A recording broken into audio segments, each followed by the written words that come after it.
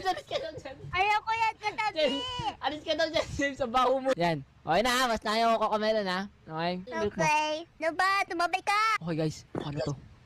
Ano to? Una pa lang to eh. Unang round pa lang to, you know? Unang round, nahihirapan na agad tayo. Paano na yan? Pero kapag yan nakatulog, this is gonna be much worse. Kasi, alam niyo yung nangyari last time? Ay, ayun. Diba? Nalayo ako na naman yun. Dapat, Ay, bro, mananood ko na ako kumelan, bro. Gising diwa niya. Si James parang sanay na siya eh. Oh, Tumabay ka. nilang asal na naman. Mamaya, pag yan nakatulog, sasapian na naman yan bro. Nakasurvive tayo last time, pero ngayon, hindi ako sure kung makakasurvive pa tayo. Kasi unti lang magtatampo na si Roxanne eh. Okay. Paano ko sana Ngayon, hindi malala. Ang gawin natin, meron akong plan.